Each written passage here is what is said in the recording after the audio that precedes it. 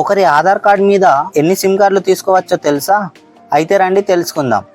అయితే ఈ మధ్య కాలంలో చాలా మంది చాలా రకాల సిమ్ కార్డులను అయితే తీసుకుంటున్నారు. తీసుకున్న సిమ్ కార్డులను చాలా రకాలుగా వాడుతున్నారు. ఆఫర్స్ పేరుతో ఎక్కువ సిమ్ కార్డులు తీసుకొని వాటిలో కొన్నింటిని మాత్రమే వాడుకుంటున్నారు.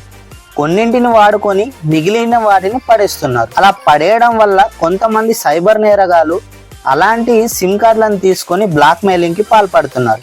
ఈ విధంగా కొంతమంది సిమ్ కార్డులు ఉపయోగించి దుర్వినియోగానికి పాల్పడుతున్నారు. సో అందువలన ప్రభుత్వం ఓ నిబంధనను విధించింది. ఒకరి పేరు మీద కేవలం 9 సిమ్ కార్డులను మాత్రమే కొనుగోలు చేసుకునేలా అనుమతి ఇచ్చింది.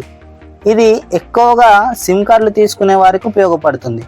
ఇలా ఎక్కువగా సిమ్ కార్డులు తీసుకొని వాడడం వలన స్విమ్ స్వాప్లు, సైబర్ నేరాలు పెరిగిపోతున్నాయి.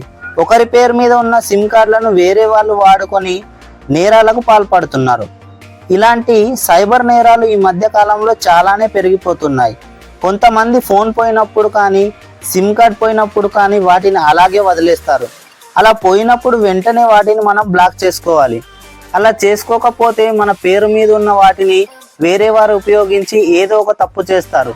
అలా చేసినప్పుడు ఆ తప్పు అనేది మన మీదకి వస్తుంది. ఇలాంటి విషయంలో చాలా జాగ్రత్తగా ఉండాలి.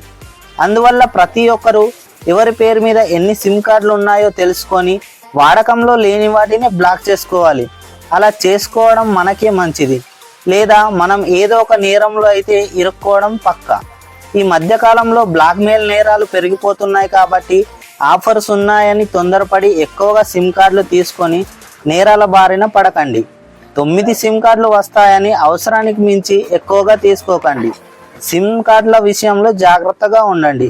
ఈ మధ్య కాలంలో అనేక రకాల నేరాల బారిన చాలా మంది అయితే పడుతున్నారు. ఇలా నేరాల బారిన మనం పడకుండా ఉండాలంటే మన పేరు మీద ఎన్ని సిమ్ కార్డులు ఉన్నాయో చూసుకోవాలి. మన పేరు మీద ఎన్ని సిమ్ కార్డులు ఉన్నాయో చూసుకొని వెంటనే మనం వాడని వాటిని అయితే బ్లాక్ చేసుకోవాలి.